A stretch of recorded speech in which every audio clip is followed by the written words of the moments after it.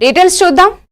భద్రాద్రి కొత్తగూడెం జిల్లా అశ్వరావుపేట మండలం నారంవారిగూడెం కాలనీలో సుమారు 40 కుటుంబాలు కాంగ్రెస్ నుంచి బీఆర్ఎస్ మాజీ ఎమ్మెల్యే మేచా నాగేశ్వరరావు సమక్షంలో బీఆర్ఎస్ పార్టీలోకి చేరారు. వీరందరికీ మాజీ ఎమ్మెల్యే పార్టీ కండువాలు కప్పి పార్టీలోకి ఆహ్వానించారు.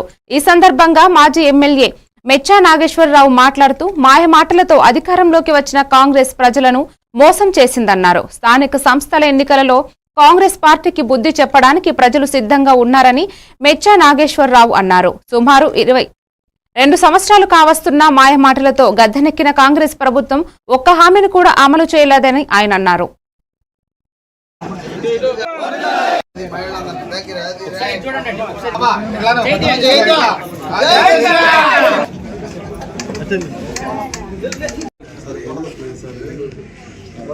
అందుకనే రేపు సార్ వచ్చిన తర్వాత ఇప్పుడు ముందు బలుగు బలహీన వర్గాలను చూసి వాళ్ళకి ఇళ్ళు మంచి సైడ్ చూసాక అప్పుడు